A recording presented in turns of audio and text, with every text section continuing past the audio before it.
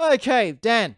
Yes. So I don't know if you've noticed, but top videos on YouTube with numbers in the title go really, really well. We've got a new topic. So I've decided that we're going to list the top 5 games ever. No, it's our top 5 Our games. top 5. So these aren't the best games in history. This is the top 5 games for us. Yeah, I That agree. mean something to us. And we're going to explain why they mean something to us. Kind of. Kind of. All right, so we start at number 5? We're just going to splurge about them a little bit. So we'll start from number 5 and we'll go from like me to you, me to you, me to you. Okay, sounds good. So you, Ben, do you want to go first? Sure. So my number 5 is Breath of the Wild. Now, this game, look, I really... So, Zelda, Breath of the Wild. Legend of Zelda, Breath of the Wild. Yeah. Like, no surprise, majority of my games on here are going to be Nintendo-based. So, Spoiler alert. Are you doing this as like number 1 is your best game? Yes. Yeah, okay, same. That's what I did. Good. So, yeah, this game... It just blew me away when I first got it. It's so expansive. I've had a real hankering. Bankering. Oh, I grabbed his bum. I've had a real desire to play this game again. I won't do master mode because I'm bad at games. But this game is just beautiful. It's exactly what I need. It's not too challenging. It's not too tough. It's just sit down, have a good time, and tell your friends. I thought it was pretty tough. The first big boss, what are they called? The Divine Beast? That was really tough. Well, it depends which one you went to. Did you go to the desert first? Because that one's balls. No, I went to the one in the water. Oh, really? That's one of the easiest ones. Oh, no. But I didn't know what I was doing. Yeah. All right, Dan, you're number 5. My number 5, I'll give Brian a couple of seconds to get his out together. So my number 5 is Dark Souls. I know we've mentioned Dark Souls a bit already today, but I'm going to get back into it. So the reason I put this as my number 5, without trying to go over anything I've already been over, this game was my first game that I just got into so hard. And I don't like fantasy games. Right. So straight up, I want to put that disclaimer out. So just how this worked, this game first really attracted me. Like, I first got into it, I was at a mate's house and we were having some beers. It's a mate's night, pizza and beers. And he's like, I'll put this game on and let's We're from Australia, by the way. Yeah. And he's like, well, see how far you can get. And there was like these 4 skeletons at the start. And I think me and him and another dude just sat there trying to get past these 4 skeletons from the very start. And I was like, oh man, I'm going to go get this game. So I played it way after the fact. Like, it'd been out for like a couple of years. So I went and got it from like, eBay for like $10 or something like that after that. And I just got so far into it. And it's the only game that I've ever bought, as I said before, a strategy guide to, because there's so many little weird things in this game. And I put hours into it. I would sit in bed at the end of the night and plan what I was going to do the next day in it. And my strategy guide has like, it's inside. It's got all sticky notes in it and like, little tabs coming out of like all these like things I was going to do. And man, that's so good. I love coming across them. Yeah. And so that's my number 5, Dark Souls. Just on a slight skew, when I was in Japan, one of the times I went over there, I came across a Adventure of Link, so Zelda 2 strategy guide. But it was all in Japanese, but it was only like $1. So I thought, yeah, right, whatever. It's got nice pictures. So when I got it home, I started looking through it, and the previous owner had drawn out on graph paper all the dungeons. Oh, nice. By hand, and they've got all their annotations in Japanese. It was awesome. Such a great little thing. That's a great little, what's that? It's got history to the cake? No, what's that thing? I don't know. Whatever. Icing on the cake. Yeah. Top to the Top cake. to the cake. Top to the cake, everyone. Top to the cake to you. So top to the cake. Hat the Dino. That's going to be a new thing for your Twitch stream whenever you do something really good. Oh, top to the cake. And it's a cake with a top hat on, and it's taking its hat off. Like a milady cake? Yep. Anyhow, next. Top to the cake. What's your number 4, please? Mortal Kombat 2. Oh. Mortal Kombat 2. So I was a big Street Fighter fan. And Mortal Kombat 1 came out, and when Mortal Kombat 1 came out, I think I was like 13 at the time. So, whoa, blood. Oh, you read that guy's head off. Yeah, that's what I was all about it as well. Then, yeah, Mortal Kombat 2 came out. And I remember the day it came out. We were all really hyped for it. There was a video game rental place just up the road from our school. And we went there, and the Mortal Kombat 1 machine was replaced with Mortal Kombat 2. You just replaced it? Yeah, they took it out and bought in number 2, like when it first came out. Yeah, they used to do stuff like that, didn't they? And this game just blew us away. Just such a huge... I know the combination for this. Just such a huge jump. Well, apart from that, huge jump in graphics, huge jump in gameplay. It wasn't as glitchy and as wooden as the first one felt. This felt a lot more fluid. Yeah. And it's just such. I have yet to see a Mortal Kombat take that bigger jump between Mortal Kombat 1 and Mortal Kombat 2. It's this one is really as well that when they redid the Mortal Kombat recently, they really went back to this style of Mortal Kombat, as in like that. You know, they went away from the 3D and just went to this fast, fluid, like fighting style. It's very good. I used to like this one as well. Like beautiful game. It's a great and game. I understand why it's on your list. This is not a Nintendo game. No, but it did appear on the Super Nintendo Entertainment System. It appeared on everything. Dan, you're number 4. My number 4 is Final Fantasy X. Is this the one with the laugh? What laugh? No. No. So Final it is. Fantasy X is the first. So the reason this is important to me, this was the first JRPG I ever played. Up until this point, I had never played one. Like I didn't even know what they were. I didn't understand them. And this was my first ever Final Fantasy. I didn't do 7. Went straight to 10. I got suckered into this game. Like the story, the main characters. So you start off as this kid. I can't remember his name because I named him Dan. Titus. And you know, you're a sports star and you hate your dad, and then and then this thing's gonna come and destroy the world, and it's your dad. Spoilers. Spoilers for a 20-year-old game. But anyhow, yeah. So this is the fighting system. It really drip fed you how JRPGs work. You know, with like your fire, your ice, you know, opposites and stuff like that. You had your Aeons. You can see here, she's brought one in here. Creatures you could bring in that you had to win, but you had to beat them, and which is all pretty much standard fare now. But up until this point, I'd never really seen anything like this. So you see now she's using that creature to fight with. The story is what got me. I put 90 hours into it. The only game I'd ever spent that much time on. I think it was one of the only games I'd really finished, and I just went through it. And every day I was just chugging through it, and it was just. And you played it to get to the next, CG rendered cutscene, which blew you away. And it had a love story that I cared about, and And the problem with Final Fantasy games that I never even realized up until this point is that every one of them is a tragic love story, a love story that never, either there's always an excuse why they can't be in love. One of them's dead, one of them's a dream, just like real life. Yeah, one of them dies. There's always it just floored me on how cool. And once again, it was one of those games where I started at night, in bed, reading up on it and stuff like that. So this was my first introduction to JRPGs. And you know what? I still reckon it's the best one I've ever played. Really? Yeah. Because it's got such a... usually JRPGs have these really convoluted, weird storylines, but this is just... It was really simple, and you understood what was happening the whole time. Except it did jump between times and stuff like that, but, you got it all. It's great. Beautiful the learning game. curve didn't kill you at any time. No, and a great story as well, and power sears, all of it. Ooh. Okay, we're going to power through the next couple just because we are running very short on time. Longer. Oh, okay. Sorry, everyone. We usually try and get it about an hour, but this one might run a little bit over. No one's going to care. Okay, so I've just realized I left out one of my favorite games of all time. Oh, no. The only problem is I don't know where I'd put it. Oh, no. It'd probably bump off Breath of the Wild, truth be told. So I'll just say it now. We won't go into it, but my number 5 should actually be Chrono Trigger. Oh, how'd you miss that? I don't know, but I just realized, why isn't Chrono Trigger on my list? No, I didn't download any footage for that. So my number 3 game is Ocarina of Time, Legend of Zelda. Now, this game... Hey!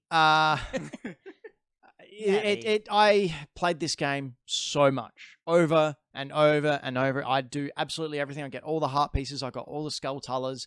I did absolutely everything. I replayed it again when it came to the 3DS. I had a hard time choosing between this and Majora's Mask, because Majora's Mask, I think, is a smaller, slightly more polished game than this. Has a lot more interesting sort of mechanics with the time travel. But Ocarina of Time is just, it's important to you. It is. These next 3 games have huge importance to me. Basically the core DNA of why I enjoy video games now. And this is one of the games as to why that is now the case. Good. Yeah. All right, Dan, yours? So my number 3 is the very important. Metal Gear Solid 2. Now, why is it important? Well, you know why it's important. I know, but the viewer might not. So, first up, Metal Gear Solid. I just want to quickly get into why I liked it. Well, I just liked it because this is an amazing game. It's another one. Notice all these games that we're talking about. These are the games that I thought he was going to shoot him in the nuts. Then, but anyway, these are all the games that you think about when you're not playing them. Yep. And then you have to finish them, and you'll just go straight back. Like, you do your jobs in the day, and then you just go, now I'm going to play the game that I have to go play because I love it that much. These are those hard ones, awesome ones to see. So Metal Gear Solid, obviously the second one in the Metal Gear Solid, in the Solid series, not the Metal Gear series. So confusing. I know.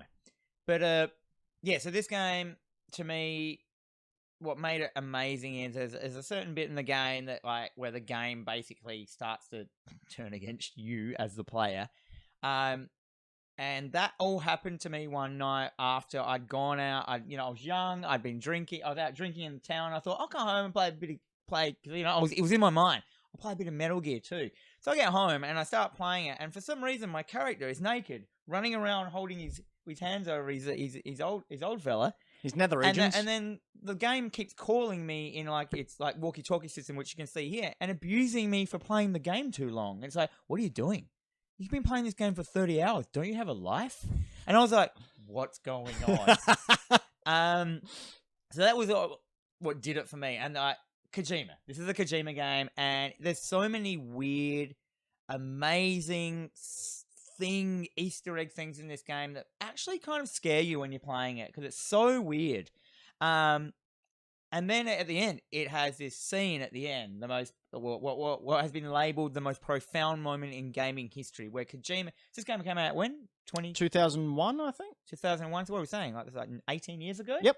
18 years ago, and there's a whole scene at the end where he calls the state of politics is what is happening right now. He calls it that social media wasn't even invented at this time. Yep. He calls it social media is going to get invented, and it's going to start to affect the news, and it's going to create fake news, which is a thing we're all going through now. It explains and what is wrong with the world exactly now, and it predicted what was going to happen, and an AI in it is trying to warn us that all this ridiculous data that we're going to put up on these social media things of all our information and data is going to just cloud humans from moving forward, which is exactly what it's doing. Absolutely. And it's if you want to look this up, what I'm talking about, look up on YouTube the most profound moment in gaming history, and it's in this game, and it will blow your mind. Like it's ridiculous. I showed it to Ben the other week and Brayden, and they were just like, yeah, I actually want to go back and watch it again when it's not 10 o'clock at night because I was tired. Listen to me, 10 o'clock at night, I was tired. So that's my number. That's my number 3. I can't wait to see what Kojima brings out with Death Stranding because, this is Kojima's own studio now. He's going to go. This is what's going to happen in the next 18 years. Yeah, Death Stranding. Okay, my number 2 pick is a little game called Street Fighter II Hyper Fight or Turbo. So this game again is really important to me. There was a indoor skating rink near my house. Rinks. And I used to go there a majority of the weekends with my friends for locked-in sessions. Lock-ins? Yeah, where you go, they close the doors, you couldn't escape. Do you remember how much they were? Like $10. $10 or something. You get to skate for 3 hours. Thing is, I didn't skate. I went and got my skates, so I was tall enough to go over to the Street Fighter arcade machine and spent my entire time either playing Street Fighter 2 Hyper or watching people play it, trying to copy their techniques. Yeah. When the Super Nintendo techniques. Well, that's how you learn how to play a game. I know. But... it meant so much to me that as a kid, I went, I will be a happy adult if I can have an arcade machine in my house one day. And then, ladies and gentlemen, you grew up about 8 years ago. That dream became a reality, and I have an arcade machine in my living room. Not the machine, but the same model machine, the same color, the same basic fit out as that machine I used to play over in Skateline. Street Fighter. Street Fighter Hyper is one of the games that's on there. I've got pretty much all the Street Fighter games, including Street Fighter 1. That it's basically just a big cartridge that you swap around. Yeah, nice. And yeah, that's my number 2 game because it's very special to me. I started learning martial arts, Shotokan karate, because Ryu and Ken did Shotokan karate. Oh, do they? Is that what you did? That's why I started back And when now I was you do it nearly like 4 times a week. Or 5 times. 5 times a week you practice that. Yep. And As in you go to Japan. a place. He doesn't just practice it. No, I go to a place, and I've also been to Japan and competed over there. No, it's such a good story. And a worthy number 2. Is that Yeah. number 2? Yeah, number 2. All right, next. Your number 2. This game, man. Nier Automata. Is that how you say it? Yeah, Nier Automata. So this game was totally... I bought this game just on a whim, just because someone said, this game's really good. So I went and bought it just on a whim one day because I wanted to buy a game. And this game blew my mind. This is also another So one... you were blown away? Yeah. So it was a whim away? Oh, yeah, nice. So this has... Not only, I can't spoil this game. This game is also like no other game. It follows that kind of Metal Gear Solid 2 thing where it's very... Is the word meta? Is that a right word? Well, it depends what you mean. Yeah. I would say that's what you're going for. With Yeah. how the It's story like, goes. so... At the end, you start fighting the game itself because the characters realize that you're getting near the end of the game and it starts writing its text in a way that's just like, well, I don't want to not hang out with these people anymore, my friends. And it's insinuating that once the game's finished, they're not going to see each other anymore. So it starts fighting against you. And you actually, like, Yeah, that's meta. finish the game 5 times. So you finish the game and you're like, oh, it ended. Credits go up and then you're like, and I just went, I'll start it again. Well, I'll just see what this game B is. And you start the game and it just starts from where you left off as another half of the game. So it's got a fake ending. And then you finish that and you get to the end. And then it starts the game from the start and you're a different character and you go a completely different way. And to finish the game, you have to finish it 5 times. But each time you play it through, it's a different game. Cool. Completely. Cool. So how many hours do you put in? I think I did like 45 hours. Right. Also this game, so I'm not going to go to the ending. The ending is like epic. You've gone through this before on, I think, one of our Dino More episodes. Yeah. It's like there'll never be an ending of a game like this. Mm. It's breathtaking, and you feel almost sick on how unbelievably clever it is at the end, and you don't even realize what you're doing in the game. Apart from that, it's got a beautiful fighting system. It just worked. But what really stood out for me is the music, which we cannot hear. But the music in this, it's got this creepy tone to it that like only a JRPG can have, kind of thing, where when you hear it, it takes you back to all those moments of you being in that game. And it's a lot of the music sounds like if you know stuff from Ghost in the Shell. It's got a lot of like kind of opera, like kind of modern opera sounding things, like with all in Japanese, like I can't do that. That was beautiful. Yeah, you know the ones like the opening of Ghost in the Shell. You know that Yep. sound in the film, when they're making the robot. A lot of it's that, and a lot of the music goes for like an hour, like each song. Wow. Or 40 minutes and stuff like that. So the soundtrack is like 30 songs that go for like 50 minutes. So you nearly don't. It's an amazing game. It's so good. You have to experience it because this game makes you feel a very strange way when you're playing it. Which is not really translated in the pictures here. Also, you can see here we're running around and slashing things. It also has a top-down section where you fight top-down. It also has a flying section where you do sideways and top-down, like bullet hell. It does everything. Like, this game is weird and out there, and I'm so happy that someone just recommended it to me. It's actually the second game in the series. There was one called Nier. Sweet. And I've never played it. It was on the PlayStation 3, I think. But you don't have to have played it. But yeah, by the end, and like the things that the swords float behind you and stuff, and so you're not even holding the swords and they fling out and you get all these weird. It's just so good. Anyway, All right. That's my number 2. Okay, my number 1. I'm banging on. My number 1. No surprises here. It's Super Mario Brothers. This was a hard decision for me because it's either Super Mario Brothers 1 or Super Mario Brothers 3. I decided to go with 1 because this is the game that started video games for me. This was the very first video game I ever played. This is the very first game that I watched my friend play it when I was in primary school and was blown away by it. Yeah, I know what you mean. just completely awestruck. I mean, some of the kids who are watching over on Twitch would be just going, "What? This game?" This game is just amazing. I mean, it started it all for me. It's got weight though, because number one, there's still these games getting made. Like Yeah. Mario, people are still stomping on Goombas. Yep. In 2019, And a lot of modern day players who haven't played this game from when they were younger actually have a hard time finishing it. Because this game gets progressively harder and harder and harder. And it is really addictive. My daughter, who's 11 years old, plays this game. nice. She loves it. I know what you mean. Sure, I make her play it, otherwise she doesn't get any food or dessert. I know what you mean though with being blown away as a kid. When I remember playing this, I remember playing it and then going into another level, and the level looked different. And I was like, "There's more than one level." Yeah. Like, I was like, because up until this point, I've been playing ColecoVision and stuff like that. And ColecoVision's like, you're just basically playing one level over and over playing again. squares. And progressively it gets harder and harder and harder. Just the same, level over and over again. That's what games used to be. And then this one was like, what? Like, here, what? I finished the level. Have I finished the game? And then went to another level. I'm like, there's lots of levels and an end? And that was the first game I played that was like that. And I was like, yeah. It really was mind-blowing. Like, it started a whole... words can't describe it. This game is very, very special to me. And I would say had a massive impact on my life. This simple, silly little game with a stereotype man. Man, I remember getting so angry at this game as well. Those bits where right near the end you have to jump onto like one square to get across. Yeah. And run and do.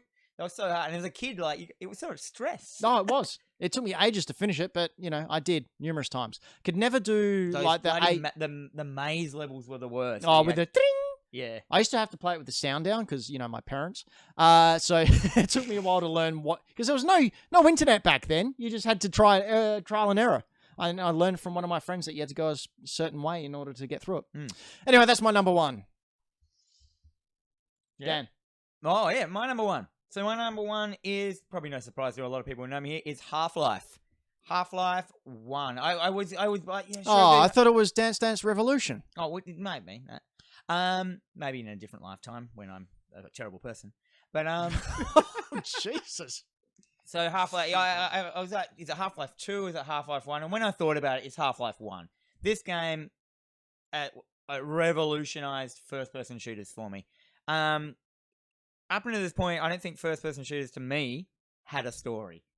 It was just what are you talking about? You're a space marine and you had to kill demons. Yeah. For reasons. It was, for reasons. So that they added this like whole storytelling mechanic into this thing, and you played this silent character that was going through this story, and there was things happening, and this was just, and this to me was the start of, this is a game changer, an actual game changer. Like, this was where people started going, let's tell interesting, unique stories using these like methods. I mean, there probably was stuff before that, but to me, I had never really experienced it. And then from then on, you got Half-Life 2 and episode 1. And then Half-Life 3. Oh, wait. I know, it's so weird, isn't it? Doesn't make any sense. It makes perfect sense. They created Steam and went, wow, look how much money we've got. They created the perfect thing, and now they're too scared to finish it. Fair enough. That you can't. I mean, looking at this now, you're like, whatever. Oh, this still appeals to me. Thing? No, this is great. The old crowbar. Yeah, so you have to play this game to understand it. That's all I'm going to say. Like, it was just a beautiful game at the time. They have to do. I have been playing it recently. The rejigger of it. Yep. Black Mesa. It's called. It's on Steam. If you haven't played Half-Life before, play that. That version is beautiful. It's got like the physics of 2 and stuff like that, and upgraded graphics. One of the reasons I loved it so much is this. I actually played this for the first time on PlayStation 2. Wow. And this is the first time I kind of played it. And I played it with the pad. And it was before analog controllers were invented. So it was just like, to look up and down, you had to press X and Y's and stuff like that. Or whatever. Oh, triangle and X and square to look around. But it had a thing on the PlayStation 2 one, which has never been on any other one. It was a joint co-op one where you played 2 players split screen. And it was a whole game where you went through different levels as 2 characters in the same game together. And it's never been on anything else that I've ever found. It was on the PlayStation 2 version. I can't remember what it was called. And you played 2 women that were in hazard suits. Oh, awesome. Yeah, but this is the biggest game. It was a hard choice between this and Nier Automata. But That's what I chose. Yeah. And I look, Dan and I are old, okay? We have attachments to old video games because that's what we grow up We're with. not that old. We're old. So our opinions are based on what we played growing up, basically. Majority of the time. Well, mine are. I'm old.